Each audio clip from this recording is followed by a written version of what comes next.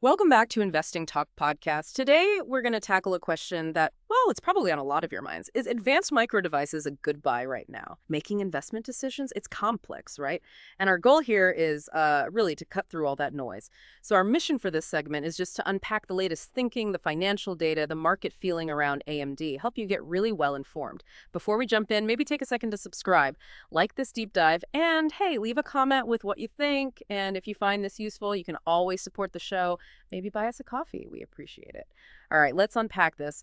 AMD, it definitely looks like an interesting opportunity, especially with everything happening in AI and data centers. The stock's trading, right near its 52-week high, around $138.43. That shows some serious momentum. What's really driving that, do you think? And, how sustainable does it feel right now? It's a great starting point. And yeah, the performance has been, well, pretty exceptional lately. Their first quarter 2025 revenue, $7.4 billion. And what's fascinating here isn't just the number or even the 36% year-over-year jump.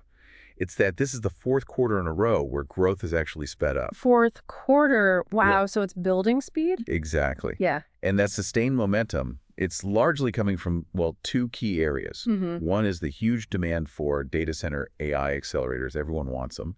And the other is really strong sales of their EPYC CPUs. Those are the high-performance chips for servers. It really reflects these bigger shifts in technology that are just reshaping the whole industry landscape right now.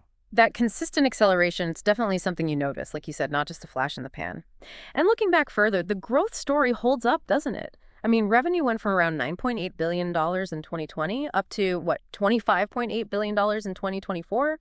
That works out to a compound annual growth rate of about 27%. That's pretty solid year after year. Very solid. And it's not just top-line growth either. The underlying financials look healthy, too. Net profit margins improving, hitting 6.4% in 2024. Gross margins look good, too, around 49.4%. And adding to that, their balance sheet, it looks incredibly strong. They have hardly any debt. The debt-to-equity ratio is tiny, just 0.04. Plus that current ratio you mentioned earlier, 2.62, that signals excellent liquidity.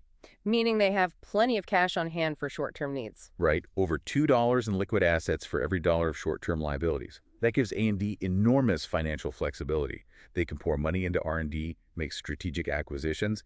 They aren't really tied down by heavy debt payments, which is, frankly, crucial in a field like semiconductors and AI that moves so fast and eats up capital. That financial strength is definitely a plus. But, in the chip world, competition is everything, isn't it? And for AMD, that means talking about NVIDIA. AMD's clearly positioned itself as the main challenger in AI accelerators. They got maybe 4% market share in 2024. Up from 3% the year before. A small gain, but a gain nonetheless. True, but then you look at NVIDIA, it's sitting there with, 8% market share? It's just Right. dominant. So while that 4% is movement in the right direction, the gap is huge. Are we maybe getting a bit ahead of ourselves thinking AMD can really eat into that lead significantly?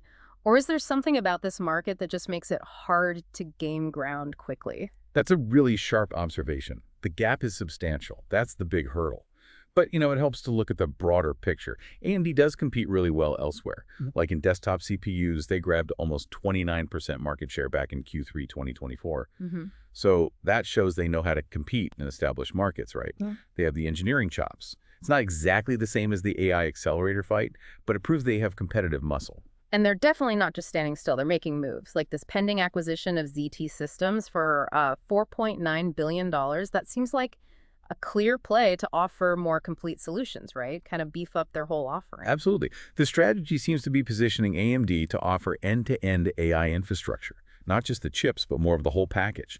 And the idea is that this kind of vertical integration could speed things up for customers, make deployment faster. Potentially, yes. That seems to be the goal. But deals this big, they often have bumps in the road, right? Integrating two companies isn't always smooth. Are there any, red flags or potential issues with the ZT Systems deal we should be thinking about? Well, any big integration carries risk, that's true. Culture clashes, operational hiccups.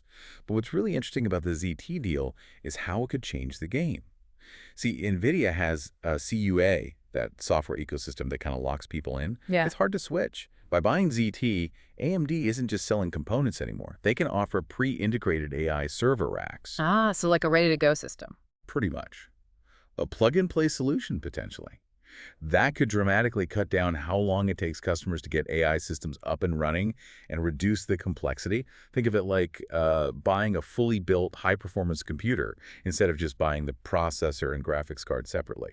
For companies wanting to scale AI quickly without deep in-house hardware expertise, that could be a really big deal. So yes, integration challenges exist, but the strategic logic here seems so strong, the potential payoff looked like it might outweigh those risks, especially with market demand being what it is. Okay, let's shift gears a bit and talk valuation. The numbers investors always look at, it's pretty clear AMD is trading at a premium right now. The metrics suggest high growth expectations are baked in. That trailing PE ratio, for example, is up around 101, which, looks high compared to history. It does look elevated on a trailing basis, yes. Right. But then you look at the forward PE based on expected earnings, and it drops quite a bit, down to around 34, which kind of suggests that maybe the expected earnings growth could justify where the stock is trading now. And the price-to-sales ratio, 8.70, also points to investors paying up for that growth story. And that's an important distinction to make. Some traditional valuation methods, like, say, a discounted cash flow model, might flag it as potentially overvalued right now. But those models might struggle to fully capture the just massive long-term potential in this AI market that's expanding so incredibly fast. Something else to keep in mind, for perspective. AMD is trading at, let's say, more reasonable valuation multiples compared to NVIDIA, even though both offer significant exposure to this AI boom. So for some investors, AMD might look like a more attractive way in, valuation-wise. Interesting point. And what about the technical picture, the chart itself? We mentioned it's near its 52-week high.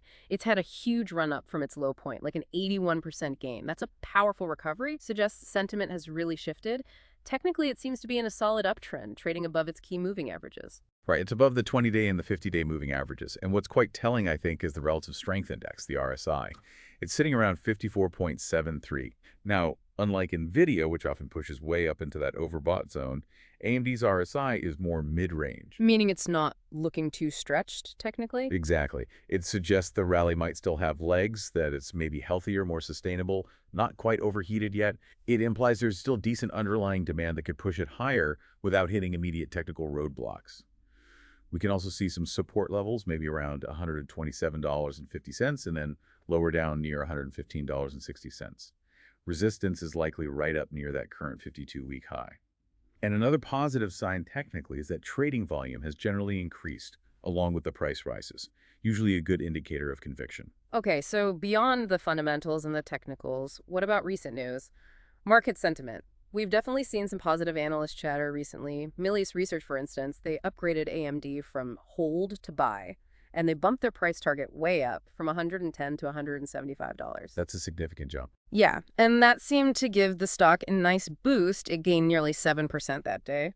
Looking at the overall analyst picture, though, the consensus among 38 analysts, it's a moderate buy. And the average price target is actually really close to where it's trading now, around $138.18, which suggests maybe the market has already priced in a lot of the current analyst views. It often works that way, yes. The average target reflects current thinking.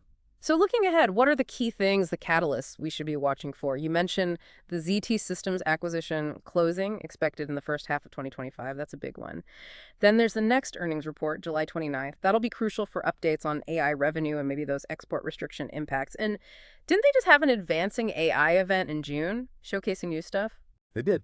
They showed off their next-gen Helios' server architecture and talked about the MI400 chips coming in 2026. So these short-term things, they're all pieces of a much larger story, feeding into the long-term growth drivers.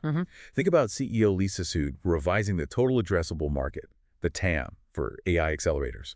She's now saying it's beyond the old $500 billion estimate by 2028. Wow, beyond $500 billion. That's huge. It's an almost unimaginable opportunity compared to just a few years ago. And the whole semiconductor industry is projected to grow massively, maybe hitting $1 trillion by 2030, with AI being a huge part of that. Plus, don't forget those strategic partnerships AMD is building with the big cloud players, Meta, Microsoft, Oracle. There's talk maybe Amazon Web Services could be next. Getting more deals there could really accelerate revenue down the line. Okay, but we have to balance the potential with the risks, right? No investment is risk-free. And there are definitely some challenges for AMD to navigate. One immediate thing is regulation, these new U.S. export controls affecting some of their chips, the MI308s. And the company itself warned about potential charges, maybe up to $800 million if they don't get licenses for China. Right, and that $800 million figure really highlights the regulatory vulnerability. It could take a real bite out of 2025 results if it happens, and it raises questions about accessing that large Chinese market going forward. What else should be on the risk radar? Well, competition, obviously. NVIDIA isn't going anywhere. Their market share is massive. And that CUA software ecosystem we talked about, that's a powerful moat. It creates real switching costs for customers. Once you build on CUDA, moving to AMD's architecture is a big undertaking. It kind of locks people in. So CUDA is like a sticky advantage for NVIDIA? Very sticky. Then there's manufacturing dependency. AMD relies heavily on TSMC to actually make its advanced chips. That concentration creates supply chain risk, especially with all the geopolitical tension around Taiwan. Any disruption at TSMC could hit AMD hard. Good point. Any broader risks? Sure, the usual suspects for the industry. Semiconductor demand can be cyclical. U.S.-China trade tensions could flare up again. Rising interest rates could put pressure on growth stocks like AMD with high valuations. And one more specific thing. A lot of the current AI chip spending is concentrated among just a few hyperscale companies, the really big cloud providers.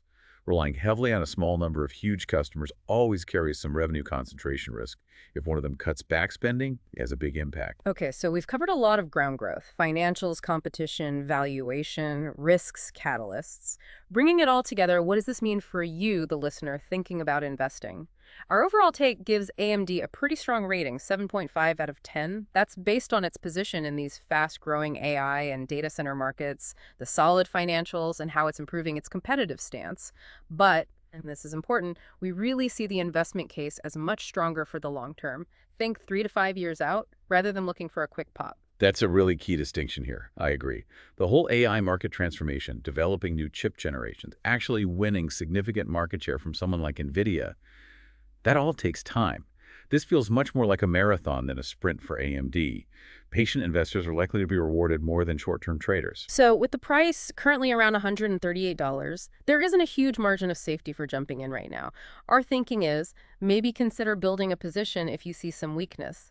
If the stock pulls back into, say, the $120 to $135 range, that would offer maybe a 10–15% discount from where it is now, a potentially more attractive entry point. Get more cushion, yeah. Now, if you're focused more on trading, not long-term investing, you need to remember AMD is volatile. It made, 21 moves of over 5% in the last year alone? Big swings. So position sizing should probably be conservative. Don't bet the farm. Maybe think about a stop loss around $125. That gives about 10% downside protection. And for taking profits, maybe look towards the $155 to $160 range, which lines up with some of the higher analyst targets. It might also make sense to start with smaller initial positions and then maybe add more if we get some positive news on those trade restrictions resolving. That sounds like a prudent approach, given the volatility and the outstanding questions. So, to wrap it up, AMD looks like a really compelling long-term story, playing on the build-out of AI infrastructure.